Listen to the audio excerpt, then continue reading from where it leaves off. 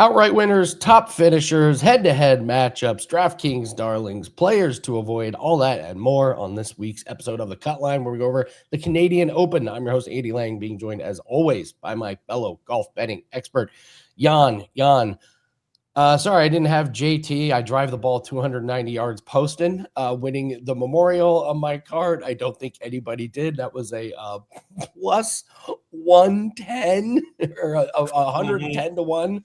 Oh my gosh. Amazing. I don't think we mentioned his name once in any of the segments that we had last week. So, all right, we're going to break down. Yeah, to be honest with you. He's been nothing. He's done nothing. Then, all right.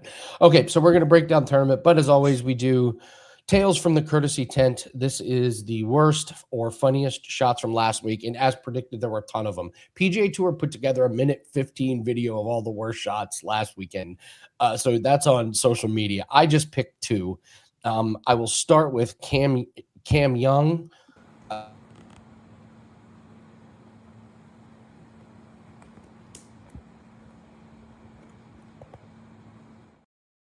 Nice lag putt, Cam. Nice read. What was he thinking?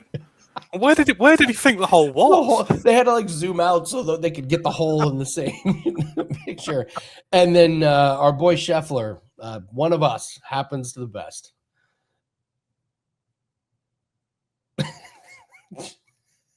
Just off to the right. Shanks went out. Those are my two favorites. So two of the best in the world, showing that they are indeed. Yann, this is such a strange tournament, the Canadian Open. I'll go to you first. North Course at TPC Toronto. What do you make of this course? It's a very simple course for me, this one. There's just not really anywhere for this level of player to make mistakes and mess up. The fairways are wide and are easy to hit, and there isn't really even a missed fairway penalty anyway. The course won't even play as long as the length would suggest, but I'd still lean distance off the tee. The greens are big and very flat, and there's no dangers around the green, so average approach is probably enough. Water on only 3 holes, not many bunkers in play either. It's just an easy ball striking course with no dangers. The game plan is just send it off the tee and attack with the second shot. There's nothing more to it than that, in my opinion. It's point and click golf. Not everyone will find putting easy here, though, but that's no different to any other week.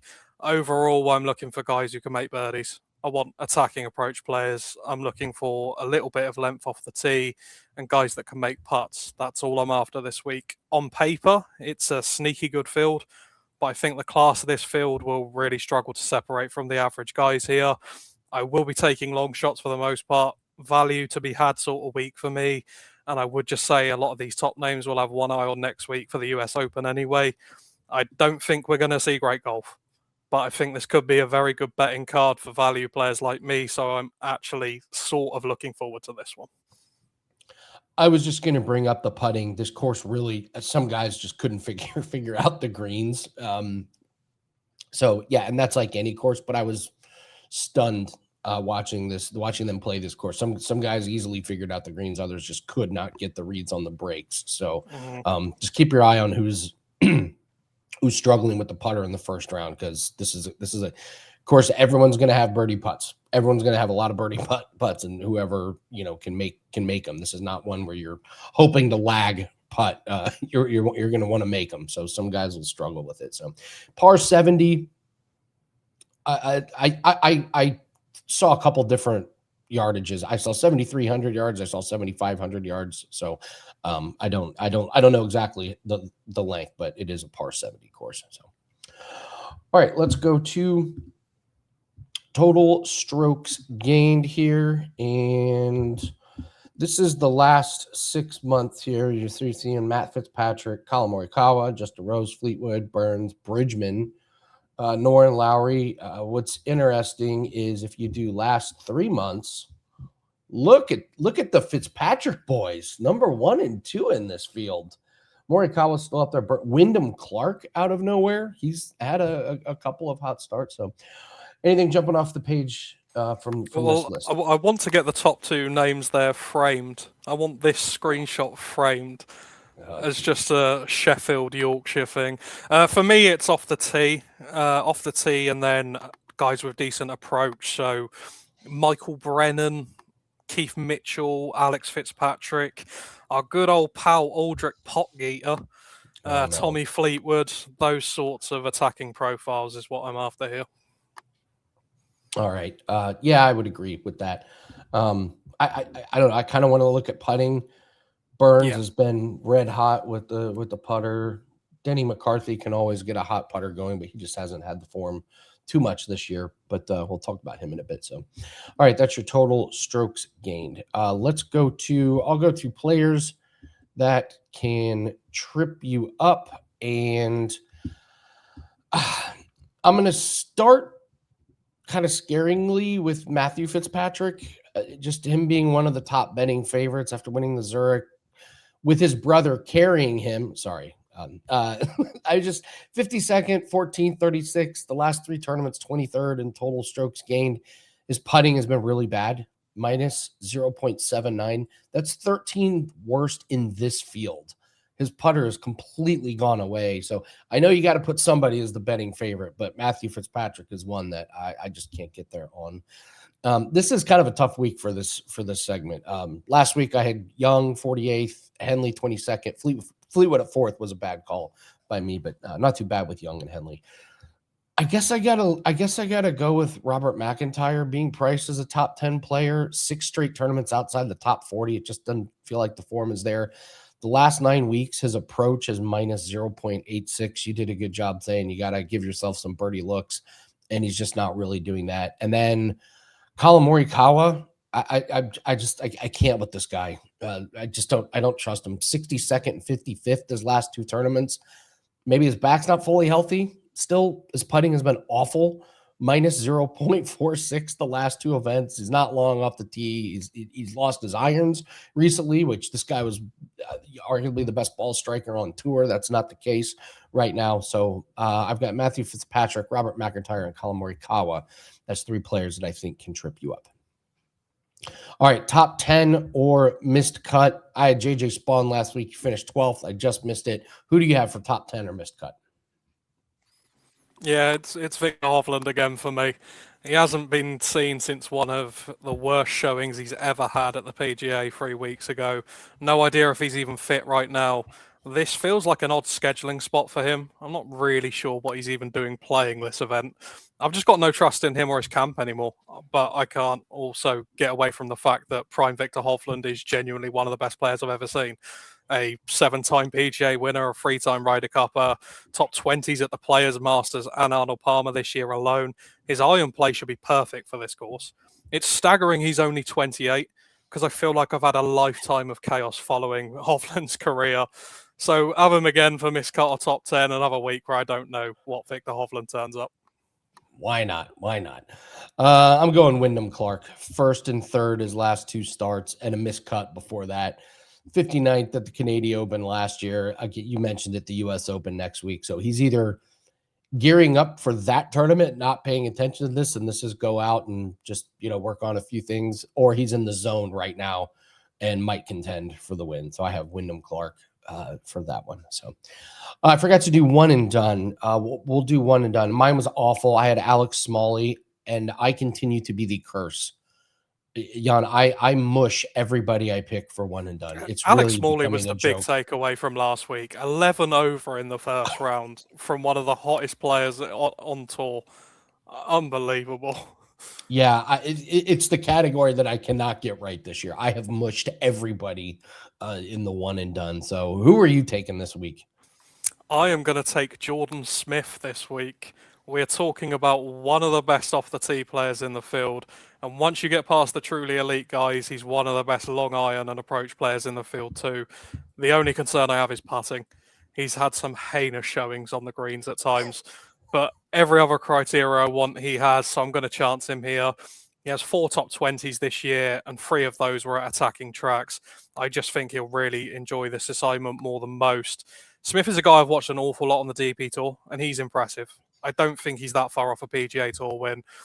And I think at this event, he gets to play his game. He'll give himself opportunities to score.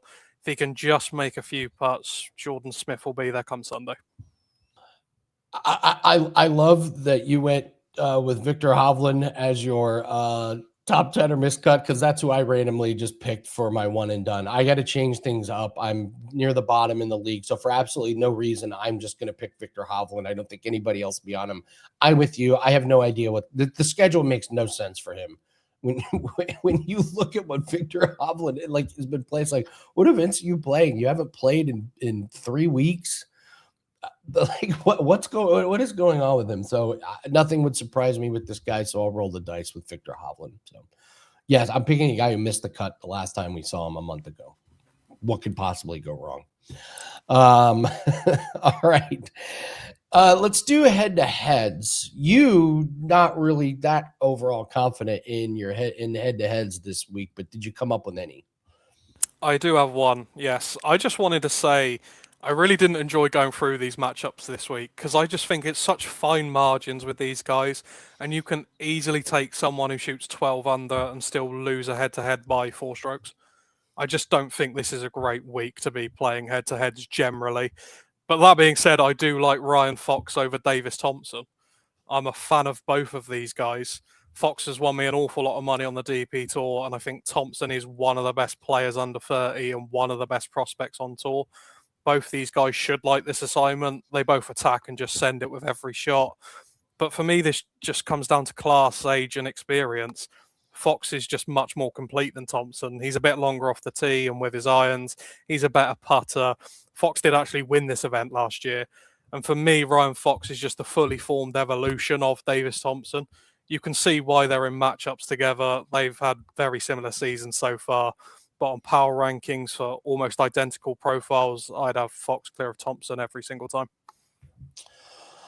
I'm going with Eric Cole over Keith Mitchell. I know you mentioned him, but Eric Cole has just been playing really, really good golf right now. I'm looking at his results: 8th, 2nd, 31st, and 6th.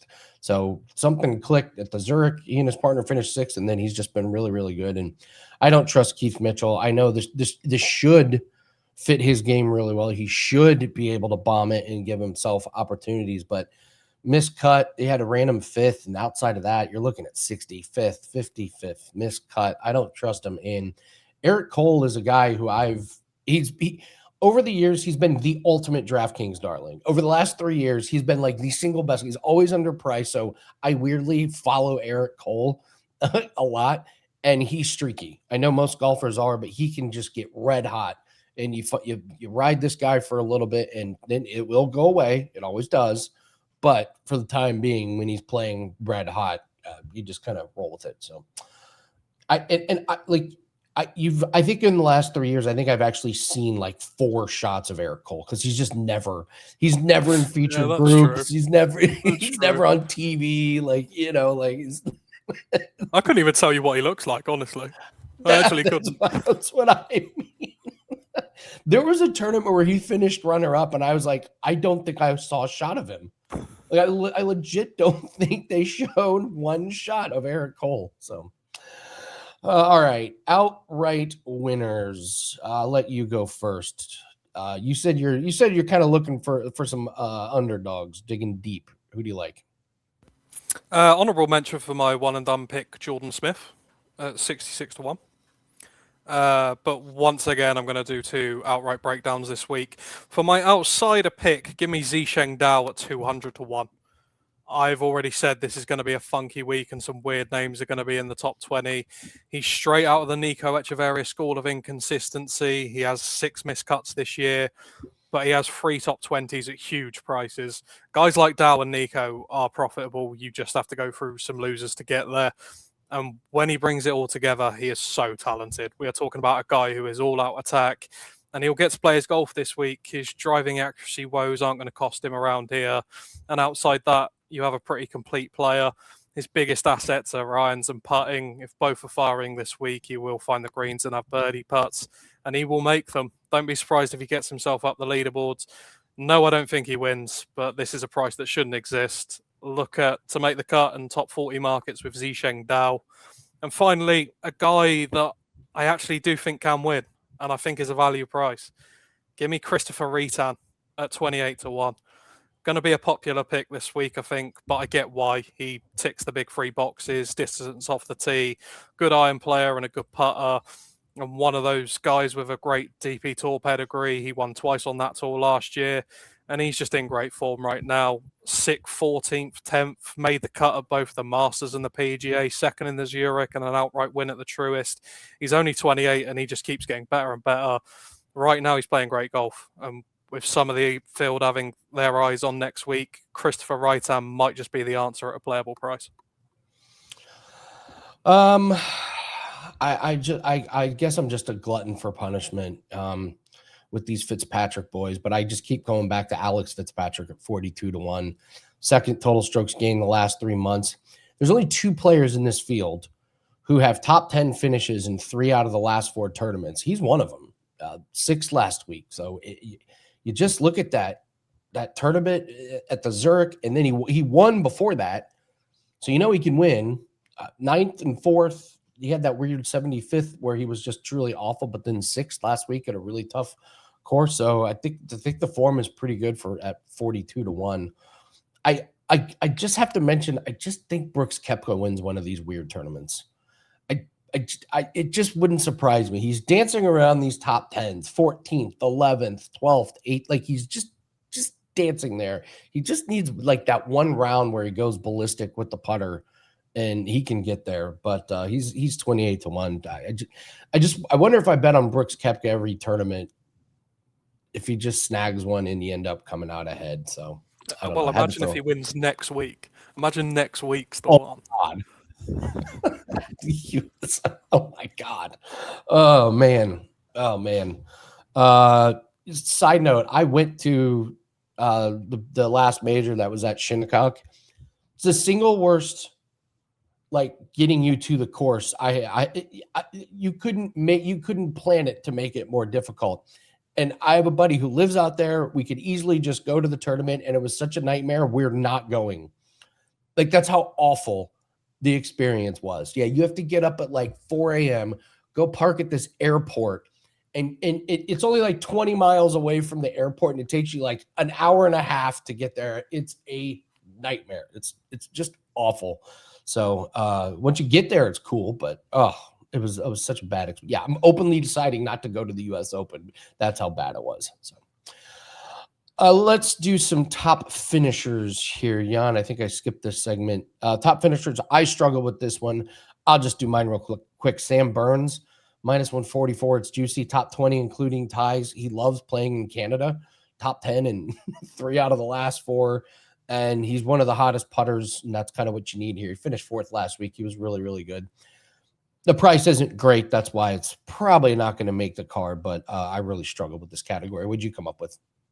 I've got 2. My first one, I'm going to take Mighty Michael Thorbjornsen, top 20, at +150, including the ties. His biggest weapon's length off the tee. And a course like this, that doesn't punish wayward drives. I think you get an awful lot of value out of Thorbjornsen here. I think his driving is going to set up some really good looks on second shots. And he is an all-out attacking approach guy that will give himself plenty of birdie opportunities.